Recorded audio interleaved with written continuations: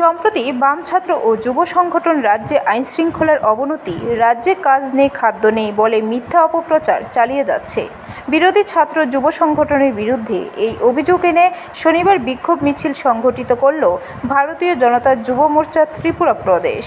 মন্ত্রী সুশান্ত চৌধুরী জানিয়েছেন, এই ধরনের অভিযোগ এনে বামপন্থী ছাত্র যুব সংগঠন শুধুমাত্র বিভ্রান্ত করে চলেছে সাধারণ মানুষকে এবং এই ধরনের বিভ্রান্ত ছড়িয়ে কাজ হবে না। আগামী 4 জুন লোকসভা নির্বাচনের ফলাফলে ভারতীয় জনতা পার্টি নেতৃত্বাধীন জোট ক্ষমতায় ফিরছে এবং প্রধানমন্ত্রী নরেন্দ্র মোদীর নেতৃত্বে তৃতীয়বার ভারতীয় জনতা পার্টি নেতৃত্বাধীন জোট সরকার প্রতিষ্ঠিত করতে চলেছে।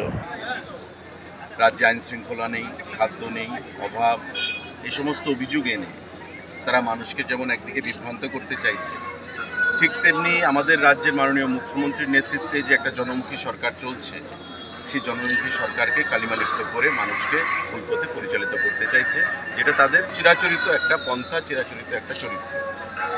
গত দুদিন আগেও ডিওএফআই রাজ্য কমিটি আমাদের দল, আমাদের সরকার সম্পর্কে কুৎসা রটিয়েছে এবং রাজ্যে অরাজকতা চলছে, খাদ্য নেই, মানুষের মধ্যে বেকারত্ব, সমস্ত কিছু একটা নেগেটিভ ওয়েতে তারা সবসময় যেভাবে প্রচার করে অভ্যস্ত, সেই জিনিসটাই তারা করছে।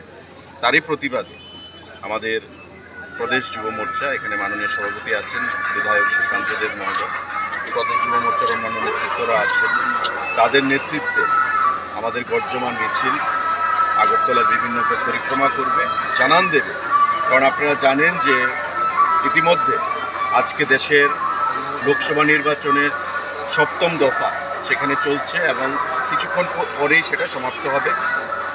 কিছুক্ষণের মধ্যে এক্সিট পোল আসবে সারা দেশে এবং আগামী ব্যুরো রিপোর্ট, খবর ত্রিপুরা।